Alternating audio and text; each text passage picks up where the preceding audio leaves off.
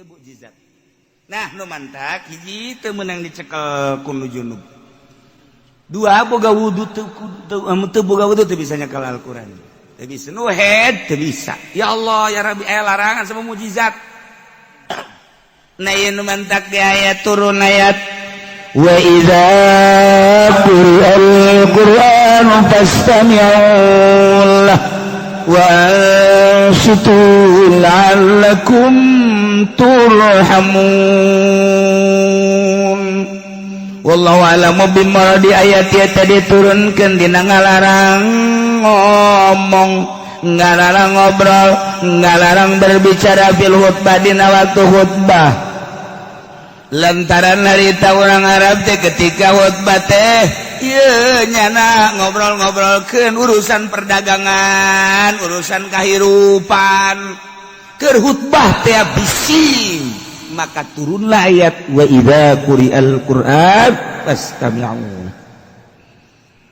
Nu matak dibahasakeunana Al-Qur'an padahal mah khutbah lantaran di jero khutbah teh aya Qur'anan cek sakaol mah Quran secara mutlak kok. Aya deui jelema keur salat urang Arab di Madinah begitu keur salat ngarobrol. Nah eta ngalobrol teh ya ngaganggu karena salat. Maka dicarekan ku Gusti Allah turun ayat ieu wa idza quri'al Qur'an. Pan keur salat teh baca Quran. Baca Quran. Bismillahirrahmanirrahim. Alhamdulillahirabbil alamin. Quran. Surat kadituna. Bismillahirrahmanirrahim. Qul a'udzu birabbin nas. Quran. Eta teu meunang anu ngomong.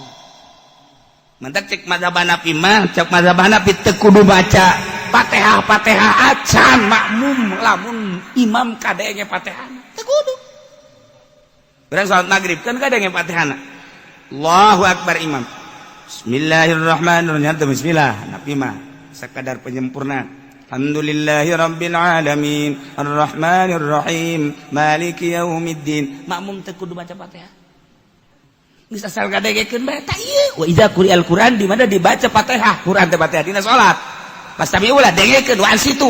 Ulah aya umang ngomong. Perhatikeun baik-baik. Salat jadi mazhab Hanafi. Teu kudu baca Fatihah nya mah. Geus bae. Imam ruku bilu Allah. Mantak ulah kaget lamun di Mekah. Ulah nurutan nyana kayak urang nurutan nyana deui. Nya mah Allahu akbar. Nya mah nileug ka kaditu neuleukeun. Dia keur gadekeun imam nya teu maca nya mah. Teu masalah. Nya mah mazhab nya ai urang mah la salata liman lam yaqra bil Quran cak Kangjeng Nabi. Teu sah salatna lamun teu baca Quran. Baca Quran teh anu baca Fatihah. Berarti urang mah nyekalan eta mazhab Syafi'i mah bacalah Fatihah. Geus lamun kaburu mun teu kaburu teu kudu. Urang datang ke masjid, imam keur majeuna maca surat. Pas maca suratna Nas. A'udzu birabbin nas malikin nas ilahin nas min syarril waswasil khannas. Urang datang ka dinya. Allahu akbar. Alladzi yuwaswisu fi sudurin nas minal jinnati wan nas. Kan langsung rukuk. Allahu akbar. Urang teu kudu maca Fatihah. Allahu akbar. Geus mantep lu mantep kadatang ka dinya terakhir wae.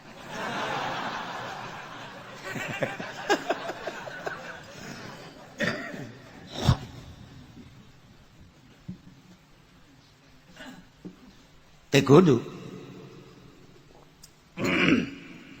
Tapi aya nu maca Quran haram. Ketika aya jelema keur salat, Allahu akbar jahar atawa sir. Jahar magrib isya subuh. Sir zuhur asar. Allahu akbar zuhur. Bismillahirrahmanirrahim. Aya di sisi nu maca Quran. A'udzubillahi minasyaitonir rajim. Bismillahirrahmanirrahim. Yasin. Itu keur salat. Haram maca Quran, lain maca Quran haram gandeng mah. Asus. Eta sih hade.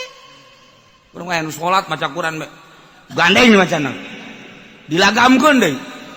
Bismillahirrahmanirrahim.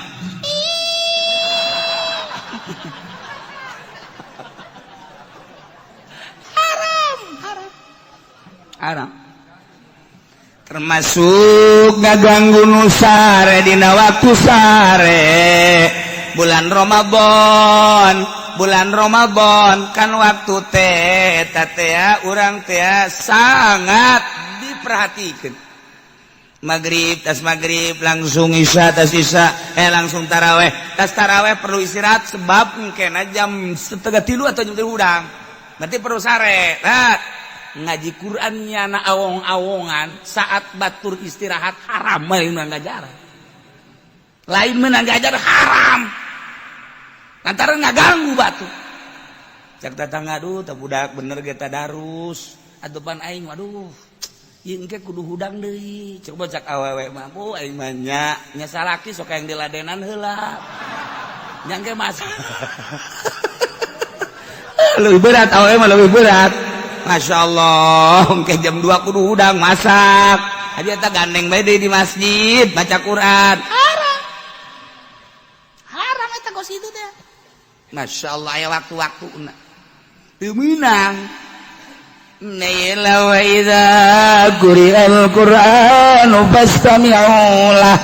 Keur carita khutbah di mana-mana dibacakeun khutbah. Awas, dengekeun. Sehingga orang keur baca khutbah lamun teu ngadengekeun urang disiksa ku Gusti Allah. Teu kudu dengekeun pastami'u lah. Paham situ. Kudu perhatikeun bener-bener. Ulah-ulah ngobrol keur khutbah ieu, ulah-ulah ngobrol. Cak-cakan isyarah make ieu bae ta make jemari make curug. Arang. Dengekeun. Mata khutbah di dieu mah lain khutbah lugawi, khutbah na ieu mah khutbah syar'i. Geus lain ceramah. Ku hari khutbah dina Jumat teh di manaan ceramah, salah. Eta mah khutbah syar'i, kelengkapan salat Jumat, 2 rakaat, nu 2 rakaat zuhur teh dibagi 2 rakaat ku salat, 2 rakaat teh khutbah. Badak khutbahna 2, lamun aya jelema maca khutbahna hiji teh sah Jumatna. Pohoan misalnya alhamdulillahilladzi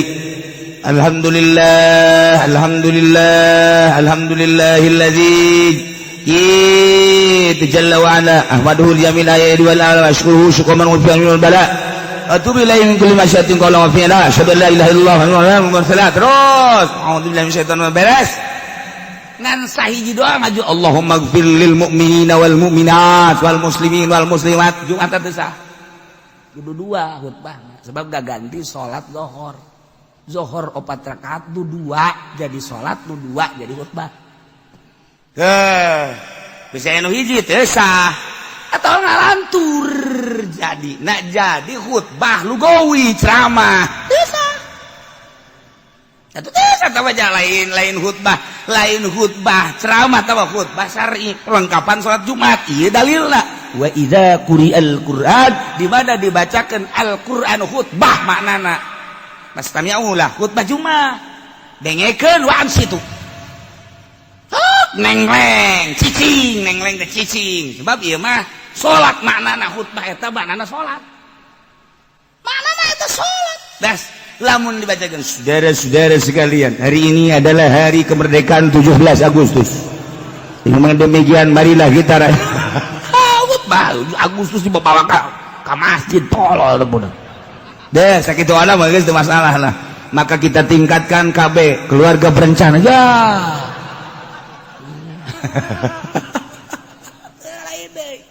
Lain deui. Khutbah. Wa idza quri'al Qur'an khutbah. Di mana dibacakan Quran? Ya, pasti ulah. Wa ansitu.